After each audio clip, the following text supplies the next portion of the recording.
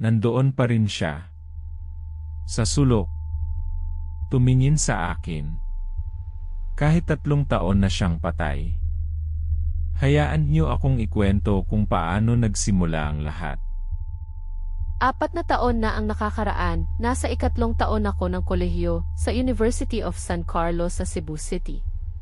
Masaya naman ang buhay ko, abala sa pag-aaral at sa mga kaibigan. Ang kapatid kong si Miguel, 2 taon ang nakababata sa akin, ay nasa high school pa. Nasa Badian kami nakatira kasama si Lola Elena, ang aming lola sa tuhod, at ang aming tita Marisa. Namatay ang aming ama 10 taon na ang nakakaraan dahil sa isang aksidente sa motorsiklo, at ang aming ina naman ay sumakabilang buhay pagkatapos ng ilang buwan dahil sa lungkot.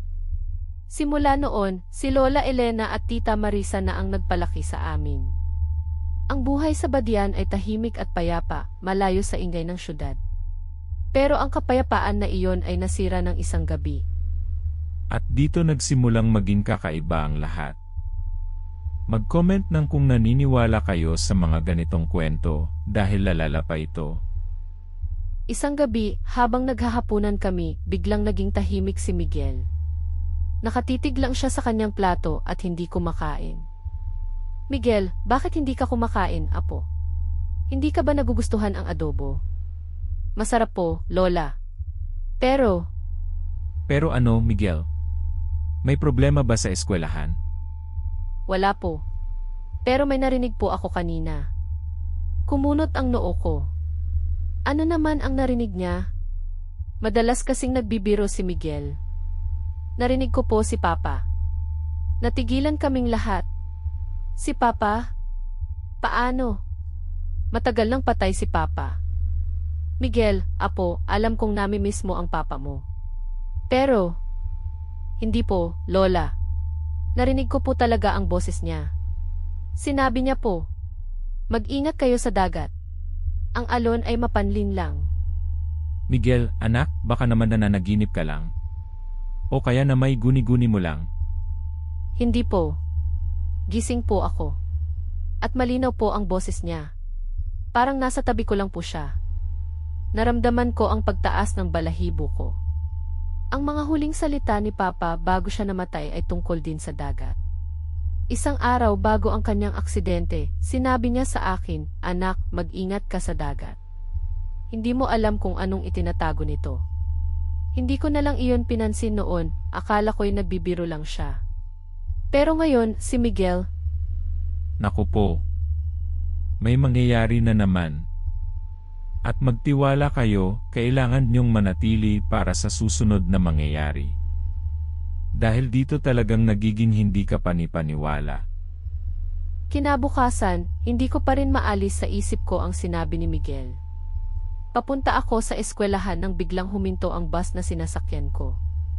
May aksidente raw sa kalsada malapit sa dagat. Nagpasya akong maglakad na lang. Habang naglalakad, nakita ko ang maraming tao na nakapaligid sa isang lugar. May dumudugong katawan. Isang lalaki na nalunod. Kinilabutan ako.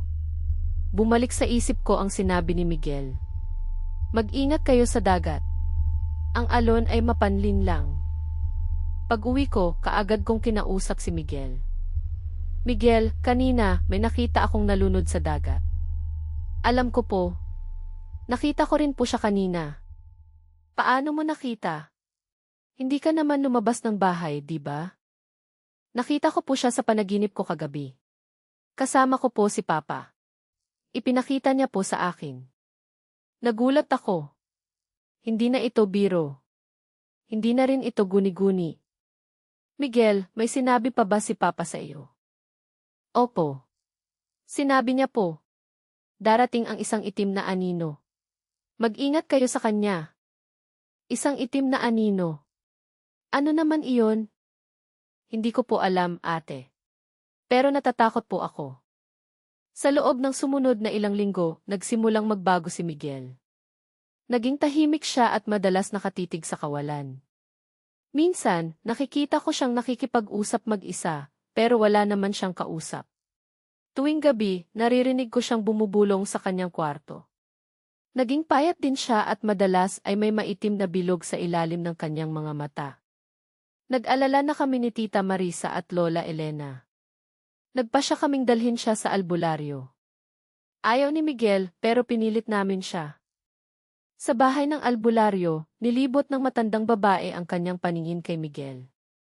May espiritu na bumabalot sa iyo, iho. Isang espiritu na matagal nang nagpaparamdam sa inyong pamilya. Natigilan ako. Isang espiritu. Sino? Ang iyong ama. Hindi siya matahimik. May gusto siyang iparating. Napatingin ako kay Miguel. Kung si Papa ito, bakit? Bakit niya ginugulo si Miguel? Hindi niya ginugulo, binabalaan niya. May panganib na paparating. Isang masamang espiritu ang nagpaplano na kunin ang isa sa inyo. Sino po? Sino po ang kukunin? Hindi malinaw. Pero ang itim na anino, iyon ang masamang espiritu. Ang iyong ama ay nagsisikap na protektahan kayo. Nanginginig ako sa takot. Hindi ko maintindihan. Bakit kami? At bakit ngayon lang? Kailangan ninyong mag-ingat. May ritual akong gagawin upang mas maging malinaw ang mensahe ng iyong ama at upang palayasin ang masamang espiritu. Kinabukasan, nagsimula ang ritual. Naghanda ang albularyo ng mga kandila, bulaklak at mga dahon.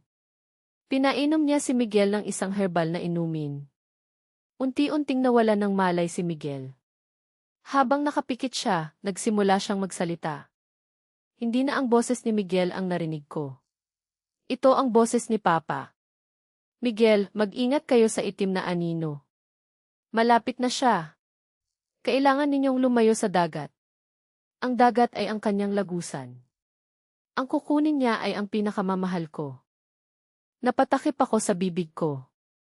Ang pinakamamahal niya? Sino? Anong ibig mong sabihin, anak? Sino ang pinakamamahal mo? Miguel, ang iyong lola. Parang gumuho ang mundo ko. Si Lola Elena. Bakit si Lola? Pagkatapos ng ritual, nanghihina si Miguel. Sinabi ng albularyo na kailangan naming maging vigilante. Hindi kami pwedeng lumapit sa dagat. At kailangan naming protektahan si Lola Elena. Sa loob ng ilang araw, naging mas maingat kami. Hindi kami lumalabas ng gabi at pinipigilan namin si Lola Elena na lumapit sa dagat. Pero isang gabi, biglang nawala si Lola Elena. Nagulantang kami. Hinanap namin siya sa buong bahay. Wala siya. Lumabas kami, naglakad sa buong baryo, tinanong ang mga kapitbahay. Walang nakakita sa kanya. Hanggang sa nakita namin ang isang bagay. Sa buhangin, malapit sa dagat, may bakas ng paa. Mga bakas ng paa ni Lola Elena. Pero ang kasunod ng bakas niya ay isang malaking bakas ng paa na hindi sa tao. Isang maitim na anino ang nakita naming papalayo. Nanginginig kami sa takot. Hindi ko na alam ang gagawin. Tumakbo kami papunta sa dagat. Nakita namin ang alon na malakas na humahampas sa pampang. At sa gitna ng kadiliman, nakita ko si Lola Elena, lumulutang sa dagat. Hindi na humihinga. At sa tabi niya, nakatayo ang isang malaking, maitim na figura.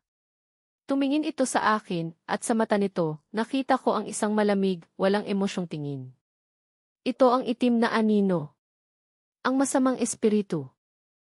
Hindi na muling bumalik si Lola Elena. Ang kanyang katawan ay natagpuan kinabukasan. Hanggang ngayon, hindi pa rin namin maintindihan kung bakit nangyari ang lahat ng iyon. Si Miguel, bumalik sa dati, pero hindi na siya kasing sigla ng dati. Madalas siyang nakatitig sa dagat, at alam kong may nakikita pa rin siyang hindi namin nakikita. Ang mga huling salita ni Papa, ang babala niya, ay hindi namin gaanong pinaniwalaan. At ngayon, nawala si Lola Elena dahil sa amin. Hanggang ngayon, gabi-gabi, naririnig ko ang bulong ng hangin at pakiramdam ko may nakatingin sa amin mula sa dagat. Ang itim na anino. Kaya, totoo ba ito o katang-isip lamang? I-comment ang inyong mga nararamdaman. At kung may sarili kayong karanasan,